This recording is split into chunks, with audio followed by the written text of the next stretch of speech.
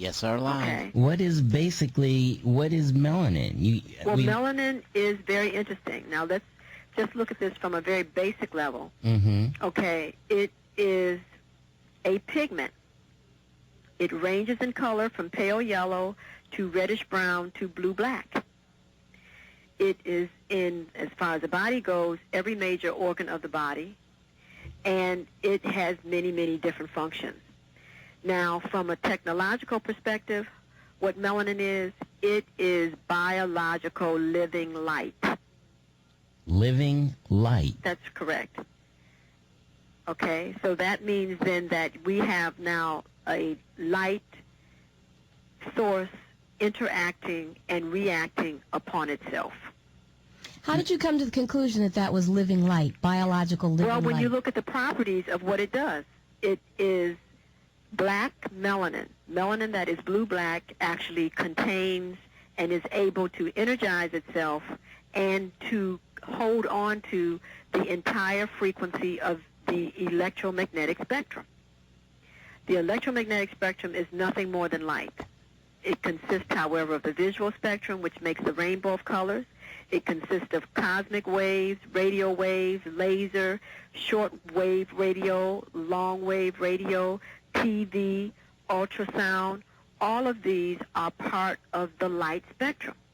Melanin, pure black melanin, interacts with all of that by absorbing it and holding it into itself. So if melanin is put on the surface of something, all of those frequencies of light can be absorbed, and guess what?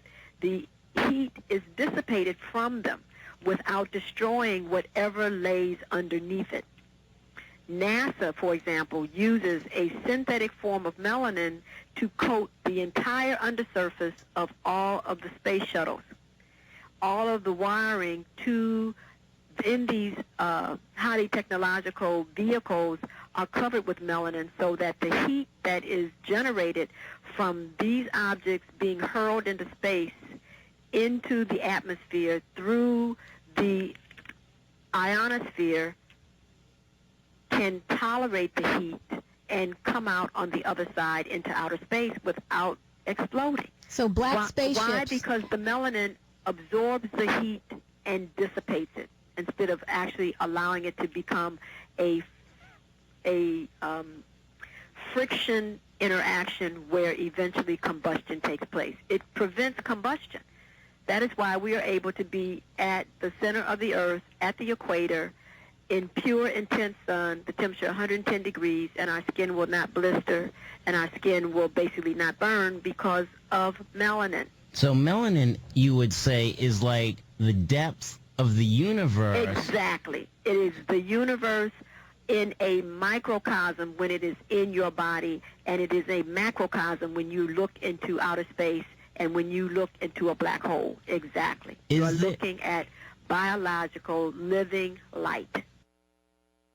We're dealing with individuals with certain amounts of melanin, and those with the least amount of melanin can only grasp a certain nanometer, a certain something a second. Right.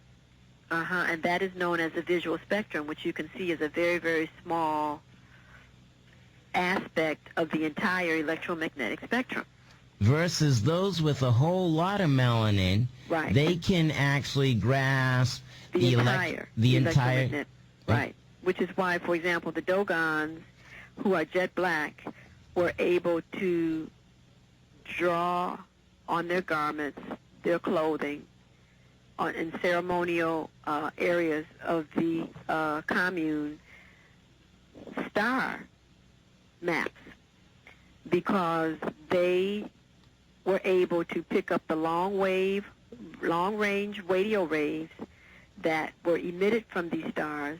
It was picked up in the melanin on their skin, relayed through the nerve that runs from the melanocyte to the spinal cord into the brain.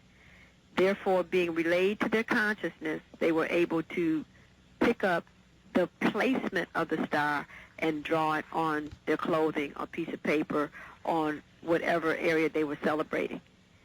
So, therefore, the Dogon people were able to identify the movement of the Sirius star system for thousands of years before a telescope was ever created by Europeans. Indeed. But because Europeans could not do that, because by definition of where they come from over thousands of years, the melanin was not present in the skin. And so therefore they did not have the melanin present that could interact with that frequency or wavelength of light. Therefore the nerve that goes from the melanocyte also atrophied that would relay that information back to the brain. So it was totally out of their consciousness, beyond their consciousness.